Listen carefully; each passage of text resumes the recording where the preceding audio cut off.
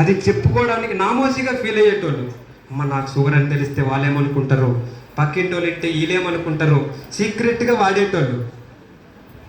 ఇప్పుడు పరిస్థితి ఎలా అయిపోయిందంటే, ఇందాక చెప్పినా కదా, షుగర్ లేకపోతే విచిత్రంగా గమనిస్తున్నారు వాళ్ళని. నిజంగా లేదా అబద్ధం చెప్పు, నిజంగా లేదా? మా ఇంట్లో ముగ్గురున్న ముగ్గురికి వచ్చిందే, అదేదో పెద్ద డిగ్రీ లాగా ఫీల్ అవుతున్నారు. మరి ఎందుకు అర్థం కావట్లేదు.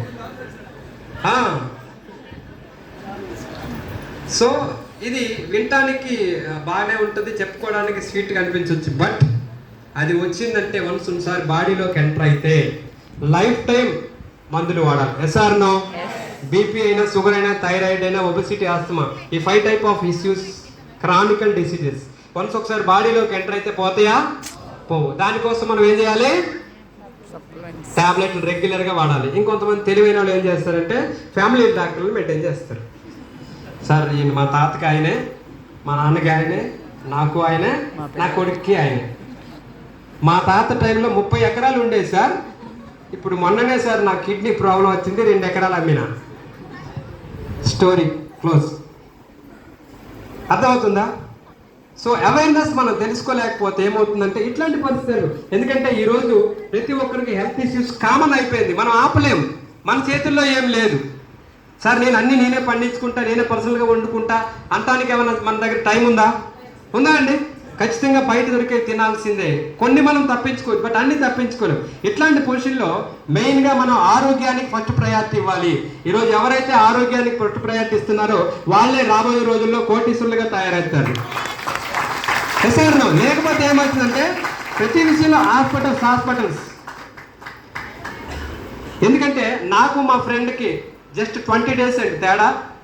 నాకు జూన్ 18 మ్యారేజ్ అయింది, అబ్బాయికి 2 days గ్యాప్. అబ్బాయికి జూన్ 20వ తేదీన మ్యారేజ్ అయింది. నాకు అబ్బాయి అమ్మాయి, అతనికి 2 అమ్మాయిలు.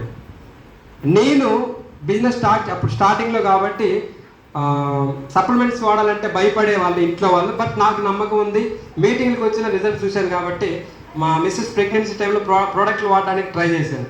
మా ఇంట్లో వాళ్ళు ఏదో నువ్వు వాడుకున్నావు కానీ అమ్మాయికి ఎందుకు వాడించావు, లోపల బేబీ ఉంటుందని వద్దన్నారు. మా అత్తగారు కూడా అదే అన్నారు. బట్ నేను మా మిస్సెస్ని అడిగినాను, నీకు నమ్మకం ఉందా లేదా? నా మీద నమ్మకం ఉందంటే ఎస్ నేను వాడతానంది.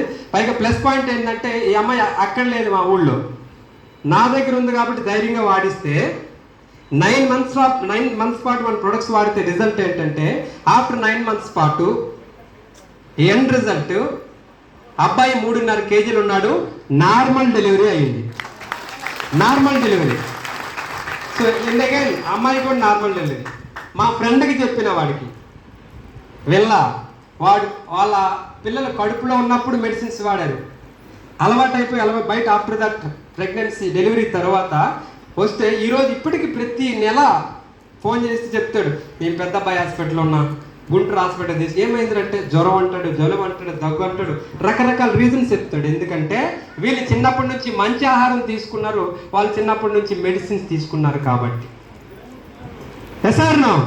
సో మంచి ఆహారం అనేది భూమి మీద ఎక్కడా లేదండి, ప్రతిదీ కూడా కలితే. ఆ మంచి ఆహారాన్ని వెతికి వీళ్ళు కొన్ని రకాల ఫ్రూట్స్, వెజిటబుల్స్,